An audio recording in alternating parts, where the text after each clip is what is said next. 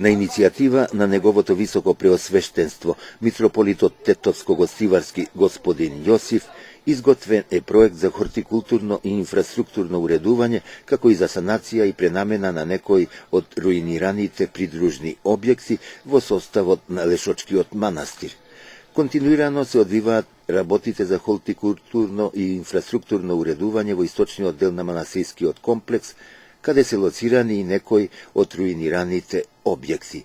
Најголемиот руиниран објект, кој е од цврста градба, целосно е реновиран и со мали инвестициони средства ќе бидат создадени услови за негово порационално искористување, како и за враќање на сјајот на овој со децении запуштен дел во ова древно манастирско светилиште. Наскоро овој објект ќе биде повторно активиран и во негов состав ќе има и сала за пригодни манифестации, свечености и за настап на хористите од земјава и од странство, кои секоја година учествуваат на хорскиот фестивал на духовни песни, чија програма главно ќе биде реализирана во ова православно манастирско светилиште во подножјето на Шарпланина, изјави митрополитот Тетовско-Гостиварски господин Јосиф.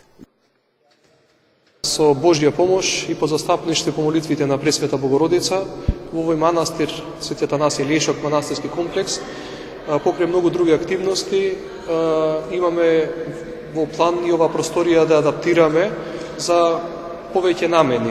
Но главната намена би била, заедно со помош на нашиот познат професор Ивица Зорич од Тетово, ова просторија да адаптираме во текот на годината, да покануваме повеќе хорови од различни земји, кои што тука би се одржувало еднаш годишно на, така да кажам, манифестација на повеќе хорови од други православни земји, за да се дружиме и едноставно за слава Божја да бидат сите тие средби. Покрај тоа, значи, може да адаптираме и простори кај што би се одржувале копаничарски колонии во текот на годината, би се собирале културно-уметнички друштва, писатели, веќе знаете дека тука во овој манастир, древен манастир, почива и телото на нашиот преродбеник Кирил Печиновиќ, кој што и текако, значи, е значајна личност за нашата црковно-национална историја. За успешното реализирање на проектот за санација, адаптација и делумна пренамена на овој манастирски објект, свој придонес има и доктор Ивица Зорич, кој е основоположник на меѓународниот хорски фестивал на духовни песни Техо. Па благодарение на Божјата волја и желбата на сите нас православни верници на ова подневје, а на наша голема благодарност и молба не услуши Господ Бог, така да во нашата Тетовско-Гостиварска епархија имаме еден владика кој што навистина прави се, млад човек, но со големи погледи кон иднината, и успеавме да овој простор кој што започне веќе од минатото, да го адаптираме, да го сочуваме и да му дадеме една функција. Ова ќе биде културен духовен центар во кој што ќе се одржуваат повеќе манифестации, така да предвидуваме да се организираат.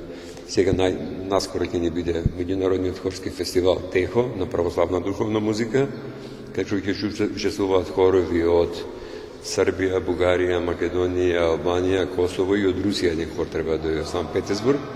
Така да покрај овие активности на хорски план предвидуваме да има и активности од други содржини, а тоа би било следното. Ми се одржувале надпревари на млади уметници од повеќе земји, по различни категории, од соло пејачи, инструменталисти. Исто така се предвидува една голема библиотека да има, бидејќи знаеме преродбеникот Кирил Печиновиќ какво е неговото дело. Точно затоа и овој комплекс му крстивме Кирил Печиновиќ, со благослов на митрополитот Јосиф. Потоа ќе има и други активности, значи во текот на целата година ќе има активности. Активностите за тие активности ќе бидат и вие благовремени известени и ќе бараме ваша поддршка, медиумски да ги покирате тие активности за добробит на сите генерации кои што се вложиле во овој манастир и оние генерации кои што следуваат. Така да треба да дадеме свој белег и придонеси да ставиме на трага за она што треба да следува. Со Божја помош и умисла ќе го реализираме ова, затоа што постои добра волја и желба за реализирање на овие планови. Ние тука предвидуваме да има и роднокрајен дел на сите писатели од Полошкиот регион, така да сите нивни книги, они се расположени да ги достават и така да, например, сите автори да има сите нивни изданија, така да секој може да се запозна. Бидејќи Кирил Печиновиќ ново тло делувал, создавал, така ние треба да продолжиме таа традиција. Меѓународната средба на литературни преведувачи се одржува со години, после стручките вечери на поезија се префрлуваат активности тука во Тетово.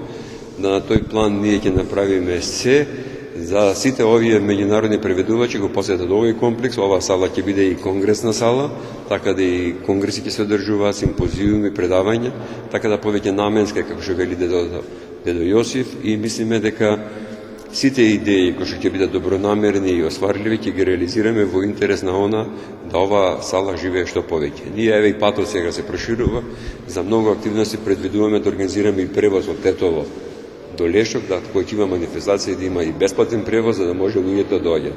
Значи да му дадеме да направиме едно сврталиште каде што луѓето кои што се интересираат за културата и за духовниот живот имаат свој пристап тука. Спомнувате за клавирот, тоа е клавирот на академикот Тодор Скаловски кој што потекнува од Тетово. Ние го откупивме клавирот негов.